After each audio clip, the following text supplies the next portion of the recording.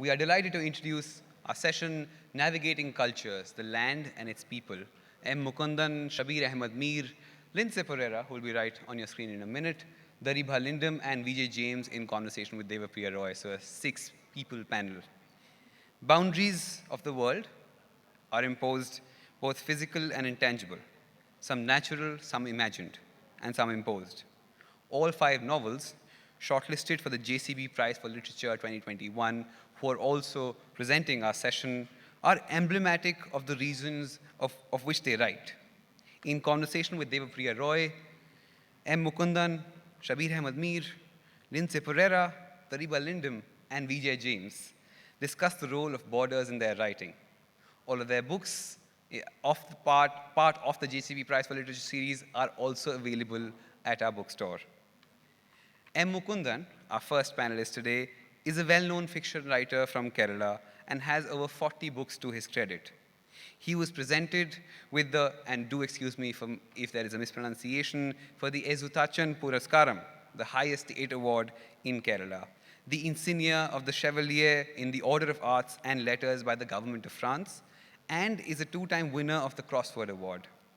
He was president of the Kerala Sahitya Akademi and won the JCB Prize for Literature in 2021 for his novel Delhi, a Soliloquy. Ladies and gentlemen, Mr. M. Mukundan. So if you could please come up on stage. Thank you.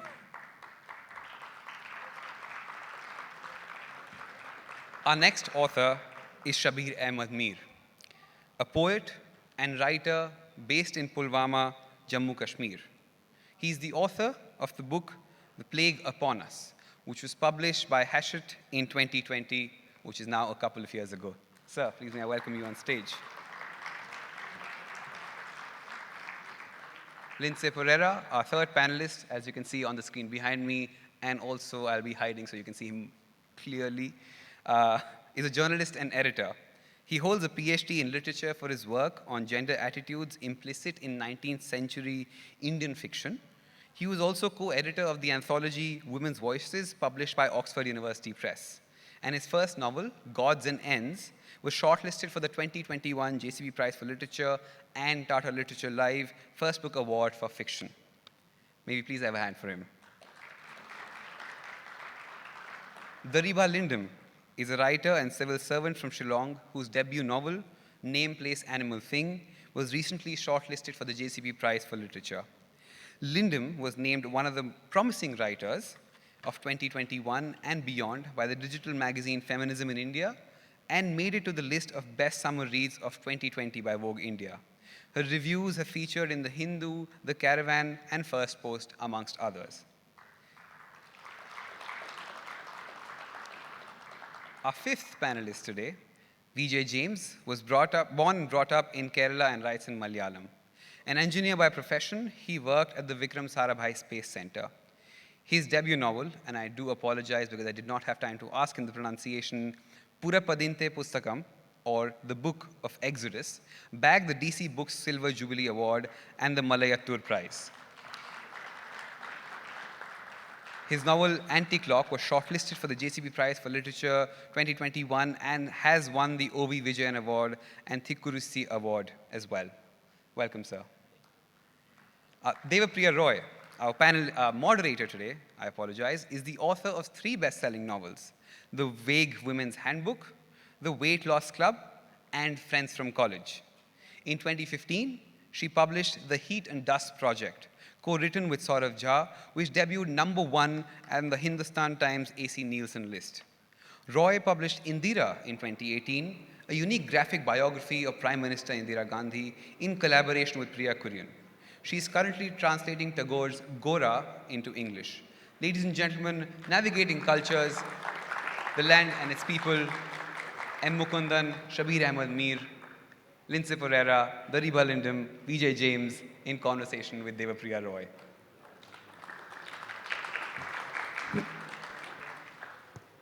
Good evening. Welcome to a discussion, to a panel with India's most exciting writers. And I know that's something quite dramatic to say, but in this case, it's literally true. What the JCB Prize has done in the last few years, since its inception, is to introduce us to the most edgy work in literary fiction in India across languages, right? So without further ado, I want to just dive in and ask our authors a few questions. What I want to tell our very sort of intimate audience today is that we will have 15-20 minutes for audience questions, right? We want this to be interactive. Our authors want it to be interactive. They want to listen to you, they want to answer your questions. And as our senior most author, Mukundan ji, just told me in the green room, that we want to hear from the readers, right? You ask a question or I just speak? How is it? Okay, so first question, shall I start with you, James? Lindsay, I'm not going to forget you, okay? I can see you there.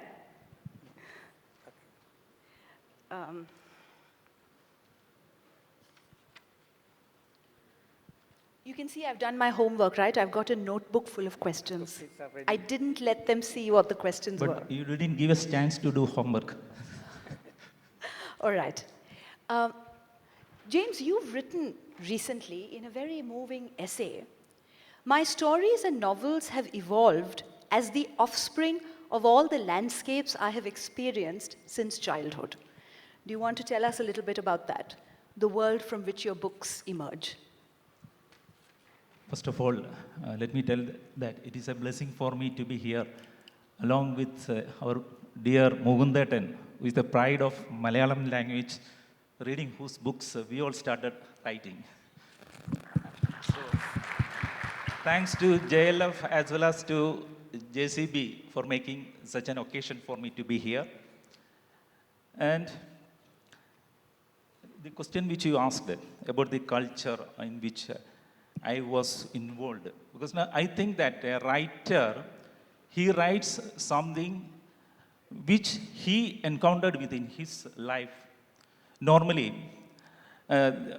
which life he has, because now, as far as I am concerned, when I look backwards, I was born and brought up in a very remote village in Kerala.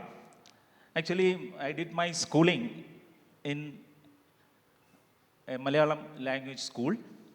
That was there in Kuttanadu, in the coastal area of Kerala. Rather than studies from this in the classrooms, I think I got more lessons from outside the classrooms. That was the message which I wanted to convey to the audience and to you. I feel that a writer never creates any story, in fact, according to me, because he takes all the stories from the nature. The stories have already happened and it is there in the nature. You know that when the apple fell on Newton's head, he became aware of the gravitational force. And we study in physics, Newton's laws of motion, and then the relativity theory of Newton, everything. But Newton has not created these laws and theories, actually. He has only invented it. The nature has created it and implemented it from time immemorial. And Newton happened to be the one who discovered it and revealed it to the world. Like that, the writer also do the same thing. The nature has created the stories. It is there everywhere. The writer has to tune to the frequency of the nature to access it. When we are sitting here, you know that so many radio frequency waves are here of different TV channels, different radio channels. If you are able to tune to a particular channel frequency, using your mobile or laptop, you will be able to access the stories and films and everything that is around us. Right. The writer also does the same thing only. He's through a channel, he's accessing these stories. Actually, the writer has got the role of a pen only, according to me. Then coming to the sometimes some apples fall on our head also, writer's head also. Right. That is the initiative for each creation. Right. The first time the apple has fallen on me, it was when I was a final year student. I happened to attend the marriage function of one of my friend's sister. It was in the coastal area of the outskirts of Cochin. It was in an island It was isolated from the main land of Cochin. Then when I entered that island, I was really astounded because no, it was so peculiar one. The type of people they live, the traditions which they follow, the beliefs they have, their ethnic cultures, everything was entirely different than what I have experienced Right. there. Right. So it felt to me that there are so many seeds of stories, in fact, which is buried under that fertile soil, The about to stories sprout. buried under that fertile soil. Yeah, that Kerala, was the, that was the ready to sprout. apple that has fallen on me. the apple that fell on him. I love how many scientific metaphors James gave us. The writer is engineer also, let's not forget, right? Then what I did is, many times I visited that land along with my friend. I went in the innards of the island and met different people. I mingled with them. In fact, I danced with them. Their customary some dance was there. Because as a writer, what I wanted to do is I want to experience these things first before I write it, as far as possible. Right. I have written a story of, about Chaura Shastra, the science of thievery, but I have not experienced the science of thievery. But I studied it. I interviewed some, some thieves Oh, to get their experience about the thievery. right. To make that science of thievery. It was published in English by Westland Right. Books. That was Right. my first book, just That published was in translated English. in Yeah. English, Yeah. Chora Shastra. So we'll also come back and talk about research in the next round. Thank you, James. I don't know if we should, if I should ask my next question to Lindsay, just because he's a little further away than the rest of us. Lindsay, I'm looking at you. I've been told to look at the camera to actually look at you. Okay. You know, when I was reading Gods and Ends, I remembered this essay that the African-American writer and intellectual Henry Louis Gates Jr. had written about his own memoir, Colored People. And he said that in that, for the first time, he believed he had lifted the veil from the way African-Americans lived their lives in private. Nobody had written about their lives in the way that James chose to. And then what I really found very interesting about this essay is that he talks about how he had gone to a book event, much like this today, and he read out from it, and then he was waiting to sign books, and an old lady who reminded him of his mother walked up to him. She was wearing lace gloves and very sternly she told him, why have you written this? You know, why have you opened up our world and shown it to the white world? That's what she meant. So, Lindsay, you've written in a lovely little essay that your mother was upset when she read this book. She was very moved, but it triggered something in her. Do you want to tell us a little bit about that?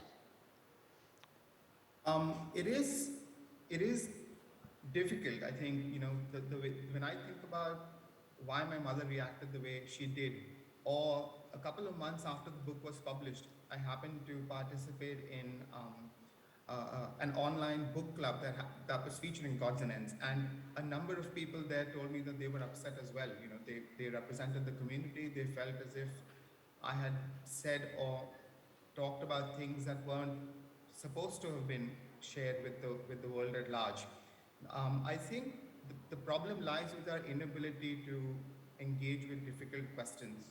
It's probably why the country is at the stage it finds itself in today. You know, our inability to engage with voices that are different from our own, our inability to confront the dark truths that lie at the heart of all our communities, whether we are Hindus or Muslims or Christians, our inability to ask questions of people who claim to represent us is partly why we are at a stage where, you know, bigotry is now the norm rather than the exception. And I think my mother reacted to the book in that way primarily because of her refusal to engage with some difficult questions too. I don't blame her for it. I don't blame any of the readers for having that kind of perspective. I respect it, but I believe that it is only by confronting them that we can start to change the way we engage with the world, which is why I wanted to do that. Thank you, Lindsay. Daribha, you said somewhere that in Name, Place, Animal Thing, by the way, Name, Place, Animal Thing, the title itself resonated very much with me because I think for a whole generation of us, that was the game we played in school, right? This was school before video games or maybe not video games, that was just me being a geek, but before phones and all kinds of cool things that kids these days do, we played Name, Place, Animal Thing. So, Daribha, you said that Shillong in your book is a character in its own right. It's not window dressing. And it's a character, and I really like the word you've used, with dignity. What did you mean, and what was it like writing about Shillong? When I set out to write the book, I don't think I intended for Shillong to have to play such a role in the novel. But while the stories are all disparate and they appear to be connected through Shillong, they're all set in Shillong, they're connected that way. They can be read in isolation, but the one thing that runs across is Shillong. And because I live there, because I grew up there, I perhaps can give a lot of people who have never lived there, have never been there, never interacted with Shillong or its people, I can give you perhaps not a bird's eye view, but a more intimate view of a very small town that very few people know anything about. Whenever I talk to anybody who if I mention I'm from Shillong, the first thing they'll say is, oh, it's a rock capital of India, or Right. some such thing or sort, or I have been to this waterfall, or so on and so forth. They mention certain things, certain places. That's all very good and that's very fine, but I don't know if they're really interacted with the city or the place. They have been to certain tourist destinations, but they haven't interacted with the people. Perhaps they haven't interacted with the food, with the culture, and I think it has to do with a lot of the way that Indians travel. I think they want to get on a bus, get off, look at a thing, say they've seen the thing, and go back and say, yes, I've seen the thing, I've done the thing, I now know. I'm an expert on Shillong. Yeah, I'm now an expert on Shillong. And who am I to tell anyone how to travel?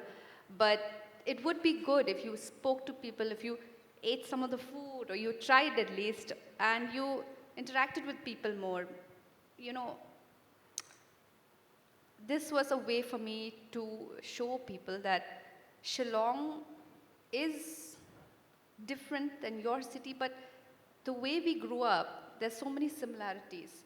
It's different in geographical location, but there are many things in Shillong that a lot of people would agree with.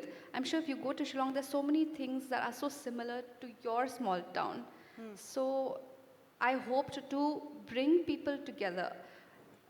For example, the name of the book, it is a way to harken back to a time that was lost, perhaps, to you and to me, who are much older now. And in order to kind of arrest you, pick up the book, so you could pick up the book, feel a sense of, familiarity. Then you read about the place and you're like, oh, I don't know this place. But I'm trying to make the unfamiliar familiar. Right. To make the unfamiliar familiar and the familiar unfamiliar. Right, correct. The writer's job. With that, I come to you. Yes. You've written about the city I live in, Delhi, and I too came to live in Delhi from a different place.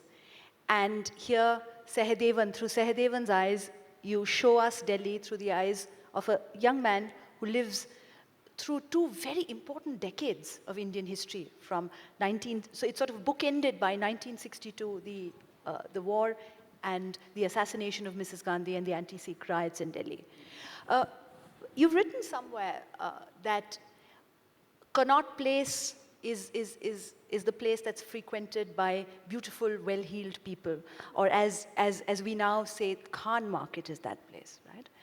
but you didn't want to write about those people or those places. You were more, you looked to the margins of the city where people who were struggling, migrants who were struggling, lived and tried to build their lives. So would you tell us a little bit about what inspired you? Well, our subject is navigation of culture, navigating cultures. Yes. So let me Yes. connect Yes. whatever I see to that particular subject. And in the meantime, I would also like to say a few words about my childhood, because James talked about his school days. So we should always begin with our school days. So when I was 4 years old, my father took me to a nursery school in Mahe. The school was run by a Frenchman. His name is Charlie Master. He's a very elderly person, a Frenchman. Okay, and he had a beautiful daughter. So he taught us the alphabets, but in Malayalam, usually we learn the Malayalam alphabets, A, E, E, and all that. Or in English, A, B, C, D. But I was taught the French alphabets, A, B, C, D. So see, my schooling started with that, like that. And though I was just 4 years old, I told myself, well, look, when you grow up, you should marry his daughter, Therese, because she's so good looking. And by the time I grew up, she was already a mother of 3 children. So that was a tragic thing, you know, that happened in my school days. I mean, when I was 4 years old. Well, now coming back to, let's be serious, and coming back to the navigating cultures.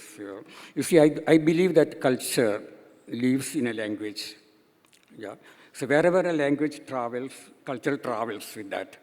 That's how this book, Delhi, a Soliloquy, is about the Malayali migrants, Malayalis who went to Delhi and settled down there. So many Malayalis went to Delhi. So when they went to Delhi, their language also traveled with them. And hidden in their language, the little Malayali gods, or the fragrance of mango trees, or the cold winds, all these things travel to Delhi. Yes. So, for example, I went there, I was not all alone.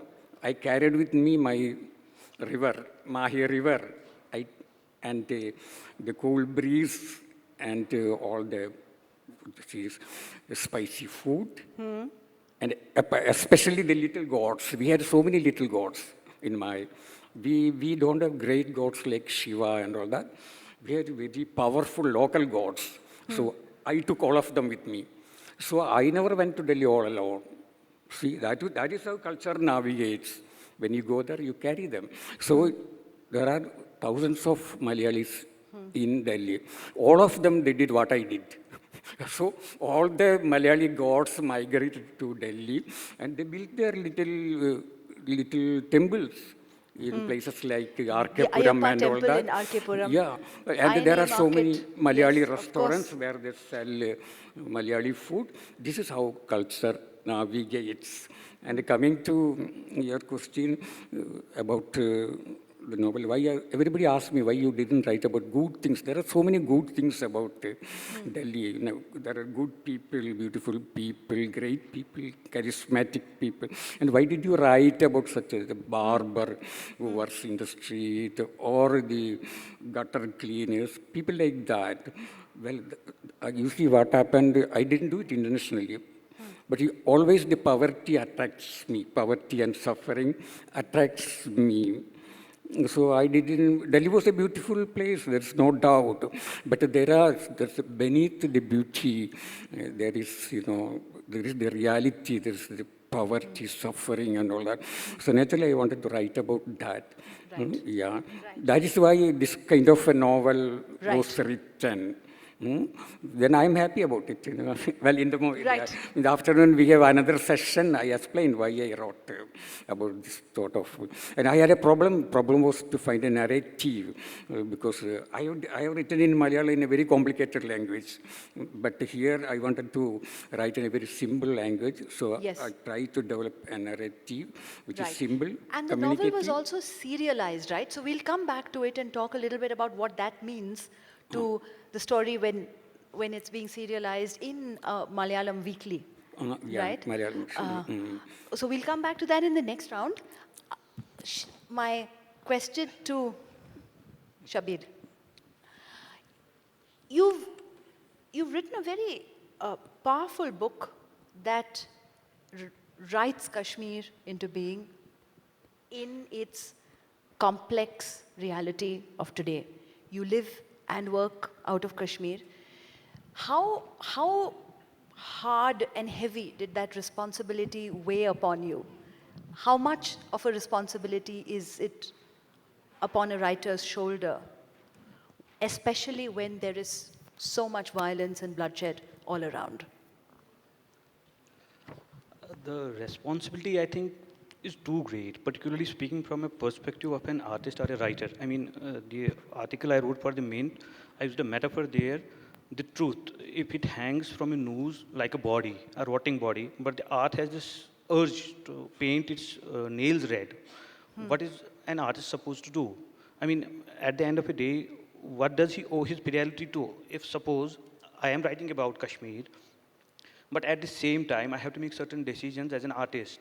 So if there's a conflict between what I am writing about and what I want to write, as an artist, I want to break free from my, all that baggage. So how do I choose? What are my criteria to choose? Okay, this is good thing. I can take some liberties here. But that fine line, that distinction to make that choice is very, very difficult. And this is the question I have been asked time and again, how do you represent Kashmir? I'm not claiming to represent Kashmir. Right. My only intention was to write a book, a story.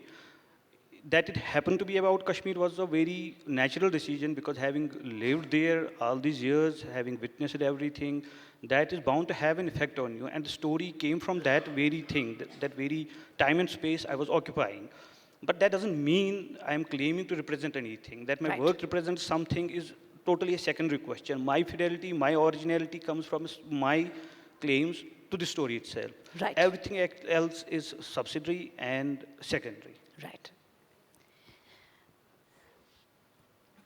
I had read this somewhere, and this was Salman Rushdie's writing, that to understand a culture, look at what is untranslatable in it. We are talking about navigating cultures, and you do it twice. Mukundan, James, you've written in Malayalam, and that's been translated into English. But also, Shabir, Lindsay, Daribha, even the act of writing fiction is a sort of translation that the writer is navigating all the time.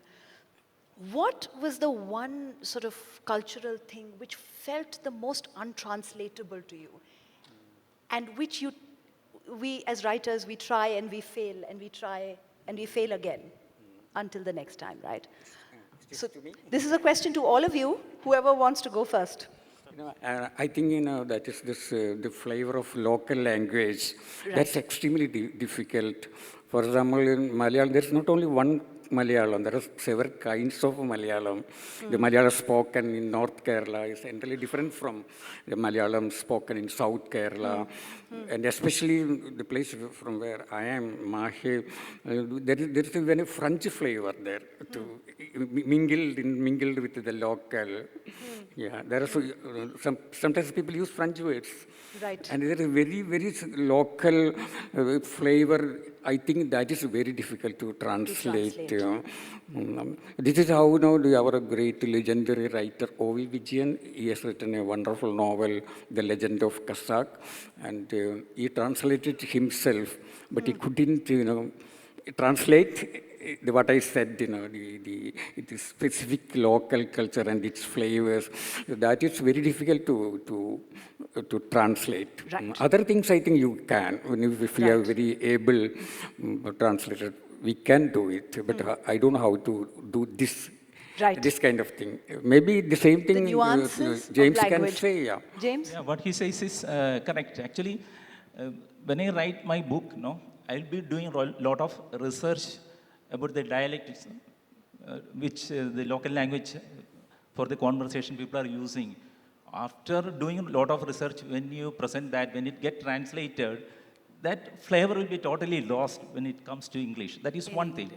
Then, as far as I am concerned, I'm mainly focusing on some aspects of or some phenomena in life, like death, the philosophy of the death or philosophy of time, etc. When I Right. talk in terms of philosophy Right. and as well as in terms of science, if the correct pulse is not picked up, Right. the translation it may get lost. Right. And so what happens Right. now in such instances, what we did is I had an interaction with Ministry. We were having a give and take relationship.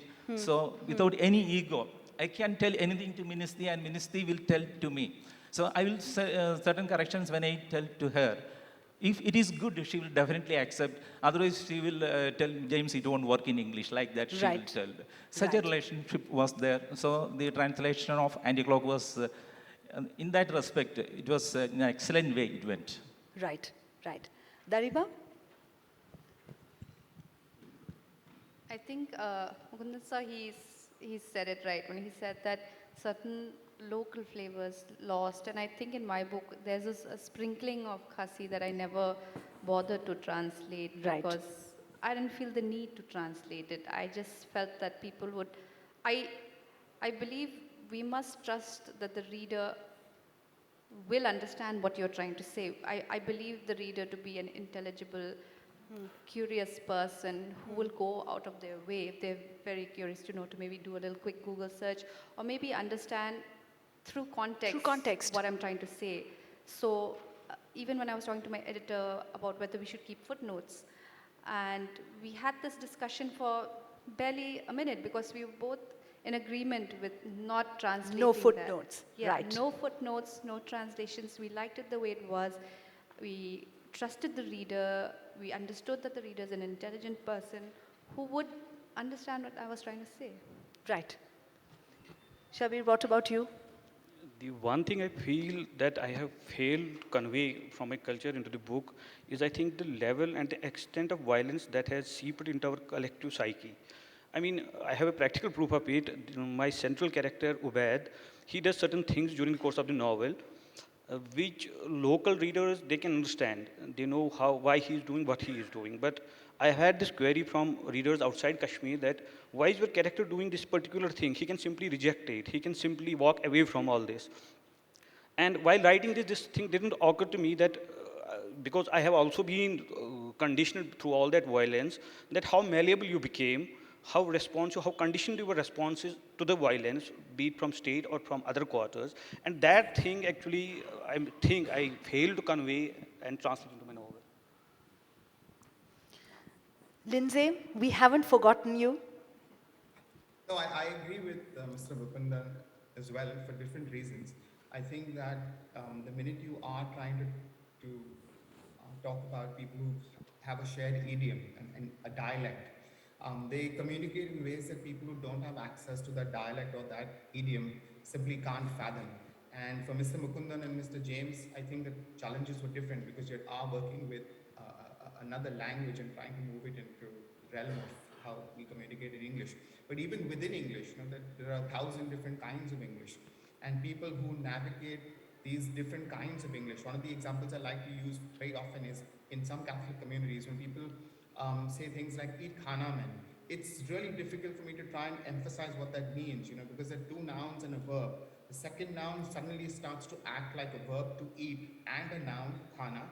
And the third noun, which is a collective noun, men, has no business being in that sentence at all. So the minute you have a question like that, and you're trying to communicate with someone, everyone who shares that idiom gets it instantly. But for a copy editor or for someone who's writing and trying to get the reader to understand that is very, very tricky. And I struggled with that. I don't know if I managed to do it, but I would say that was the hardest part.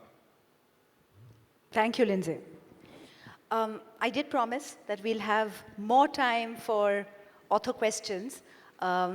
So should we open it up to the audience? I've got a whole bunch of questions for you guys, but let's see if we want to take. Yes, please.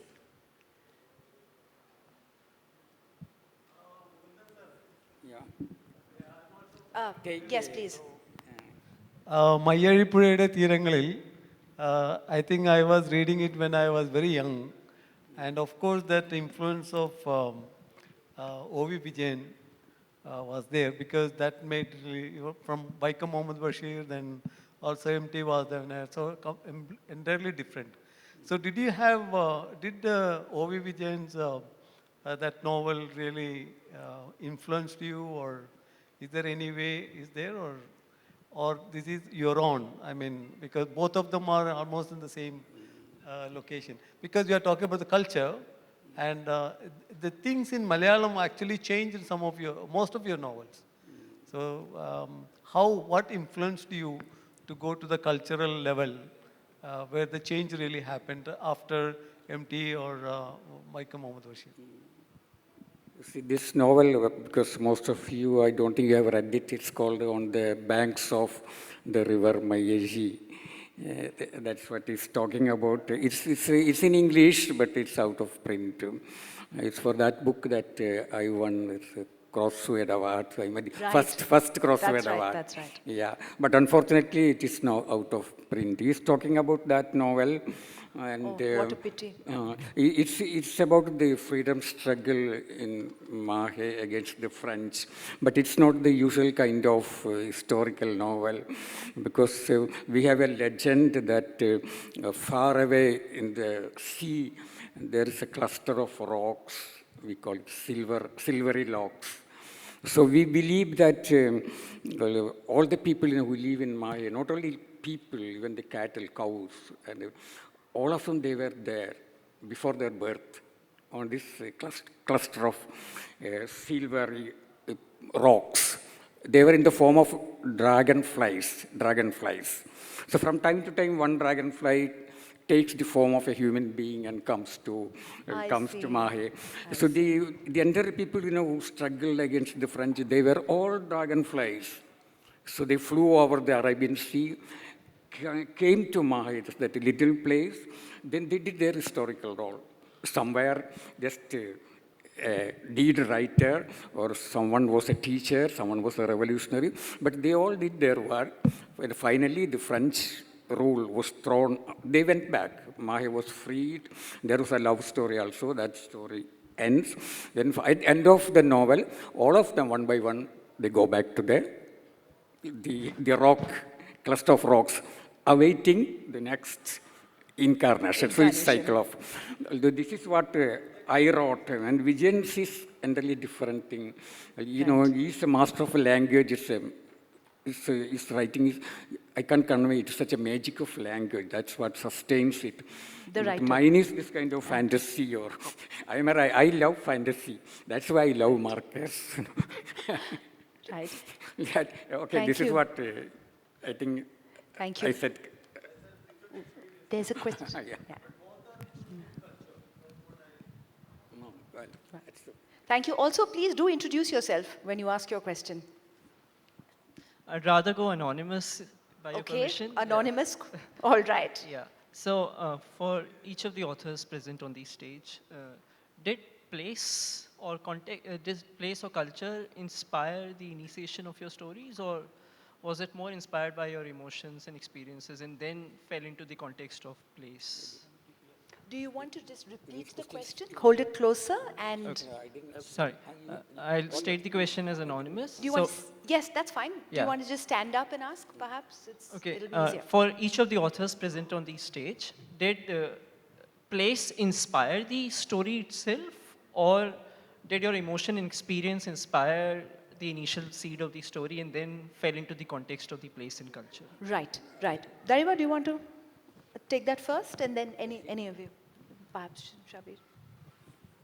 I don't think I set out to write stories about Shillong.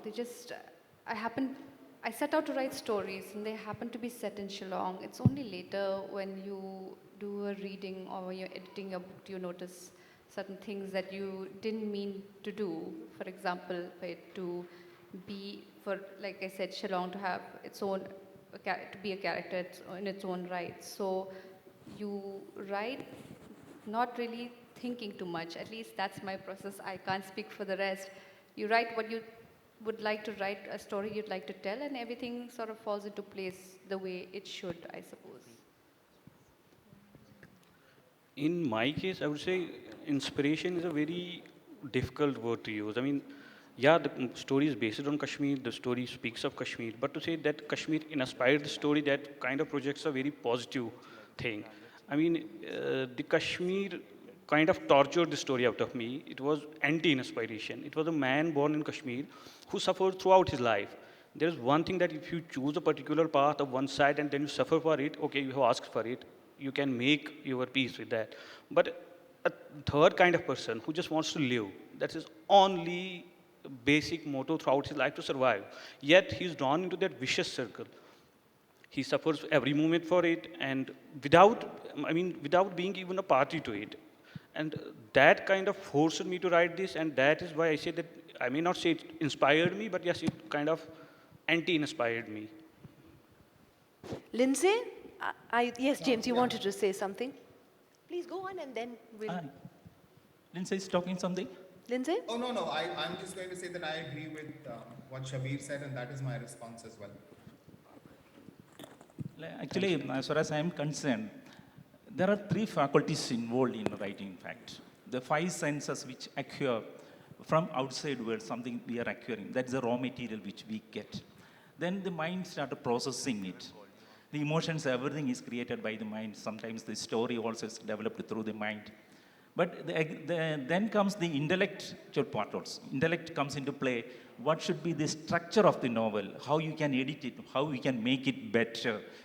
Because intellect will think it as a product, whereas the mind will think it as a feeling or emotion. So both should be balanced. This is the way we have to work. But there is another faculty that also works in a person, right? Sometimes the writer may not be aware of it.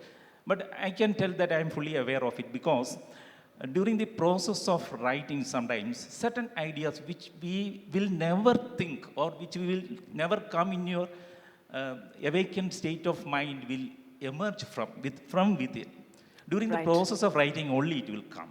Right. That is why I used to tell that I cannot write, time-bound basis I cannot write. If there is a strong urge, a strong call from within, then only I will write. Otherwise, I am willing not to write for years. And I will enjoy the period of non-writing also. And I used to tell that my writing is my failure of my attempts not to write. That is my writing. Oh, what a wonderful line that is. Writing is the failure of the non-writing periods of your life. Would you like to add anything? I agree with him. It's beautifully said. Beautifully summed up. I think all of us. Sure. We've got a couple of questions up front. Perhaps the gentleman here and then. Hello, very good evening to the entire panelists. I have actually two questions, one each to Mr. Shabir and Madam Daribha. First, Mr. Shabir, I would like to ask you that you've written on Kashmir, and often we see that there is a very blurred line that separates reality from imagined realities, and you come and you write about a place which has had a very complicated history. So as an author, do you think that it's a responsibility to actually enter and dwell into those aspects which have a very complicated past, or do you try to avoid those aspects and go ahead and just otherwise tell your story? My question to Madam Daribha would be, Madam, do you think, in a way, when people try to understand about a certain place, they have a very fragmented understanding of the settings in which the place has grown out to be? Do you think that as an author, we try to fill in the gaps of those fragmentations in order to make a more complete picture into the minds of an observer? That's a beautiful question. Daribha, do you want to go first and then, or Shabir? Sure. That's a very nice question. I mean, I think my novel is a response to that question of getting to the truth, to the absolute truth or whatever you say. See, the structure of my novel is a single story told from 4 perspectives. And those 4 perspectives join into form a kind of a jigsaw puzzle, each piece providing a little depth to the overall narration. So the answer is, I don't claim and I don't attempt at presenting the truth of Kashmir. All I have tried to do is to give a reader an idea that there are truths that are beyond your comprehension. Just open your eyes. Don't go with a single thing. Take up everything. You know, there are facts and then there are interpretations and then there is that that blurred line where everything merges and something comes up. My only attempt has been to answer that. Thank you, Shabir.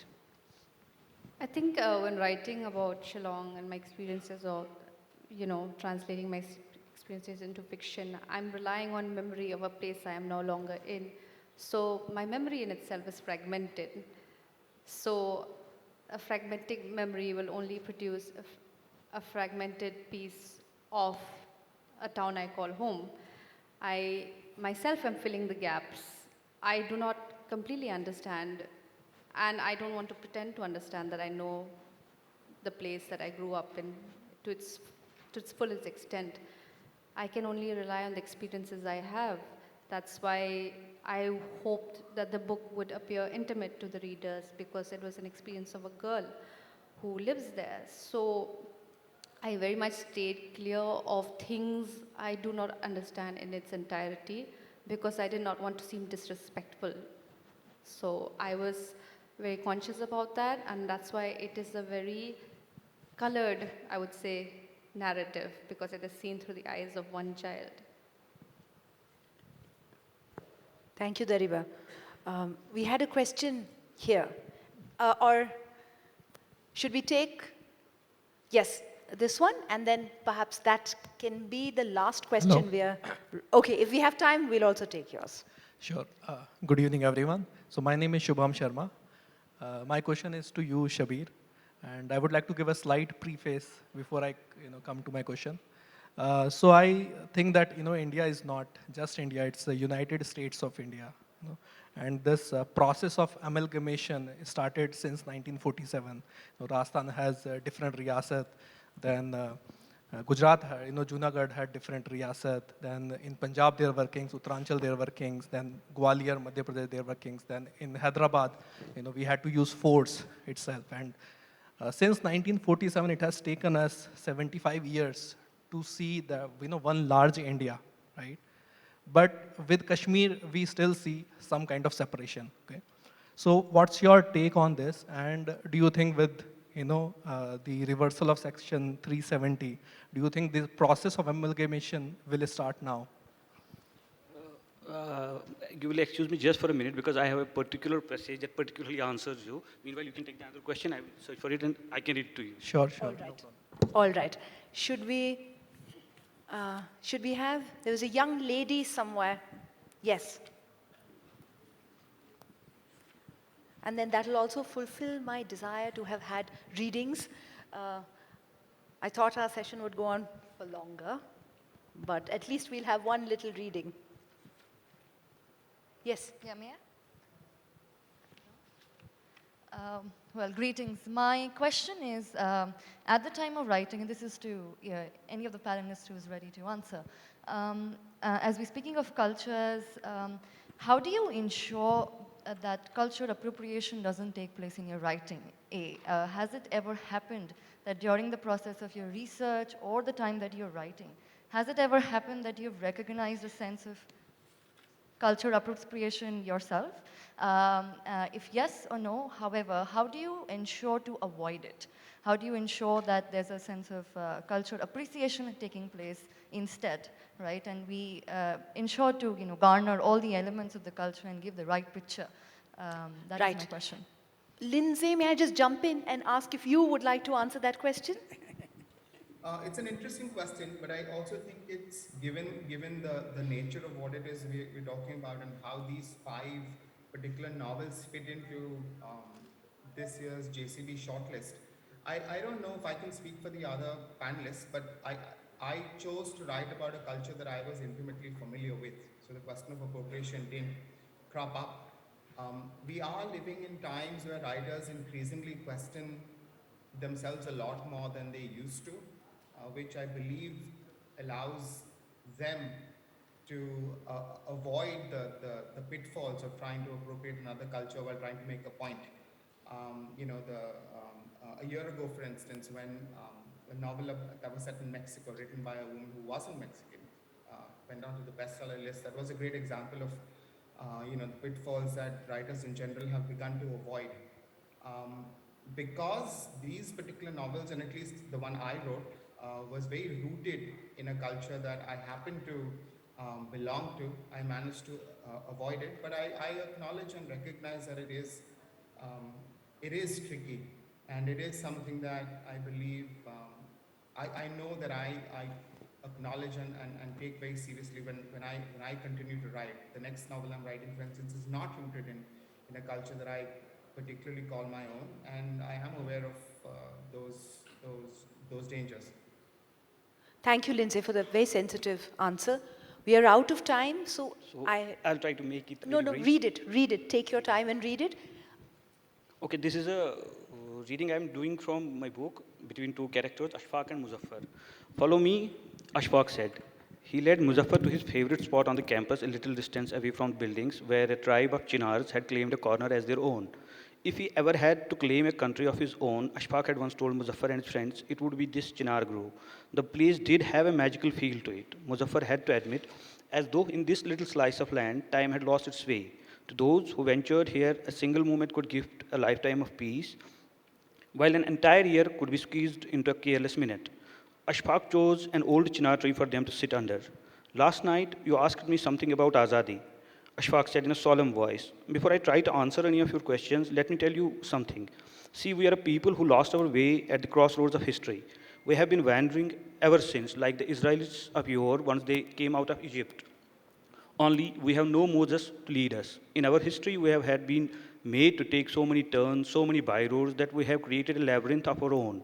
We now stand at the center of this labyrinth and yearn for a place where we should have been in the first place, a place outside this maze, a place called Azadi.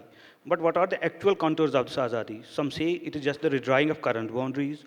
The boundary that makes us part of one country right now should be replaced by a different boundary that makes us a part of another country. Others say Azadi is the recreation of boundaries. We must have separate boundaries and a country of our own. And there are those who suggest various combinations of redrawing and recreating these boundaries. In short, everyone who is here wants to get out of the labyrinth. Everyone who is here wants Azadi. But everyone does not necessarily want to end up at the same place. So when you ask me if I too am a supporter of Azadi, the answer is yes. I too want to get out of this labyrinth of despair. But I want to make it very clear to you what I mean by my Azadi. My Azadi is not to replace one labyrinth with another. It's a place outside all labyrinths.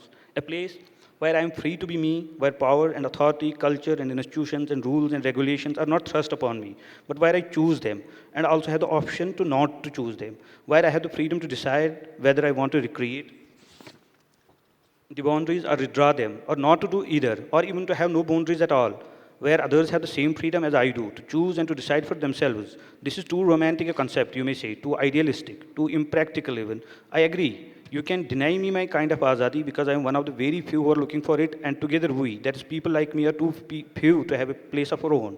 But what about the others, those with a practical, achievable and workable Azadi? Don't they deserve to have it? Shouldn't they have the freedom to live a life of dignity and peace on their own terms? I support their Azadi too, because to support their Azadi, to support their right to decide for themselves, that is in a way my Azadi as well. I hope that answers your question. Shubham, hope that answers your question. And all of you, you've been a wonderful audience. I'd like to thank our very distinguished panelists. They will be signing their books, and you can also carry forward any discussions that you would like to with them. Please do read their wonderful books. Thank you. Thank you.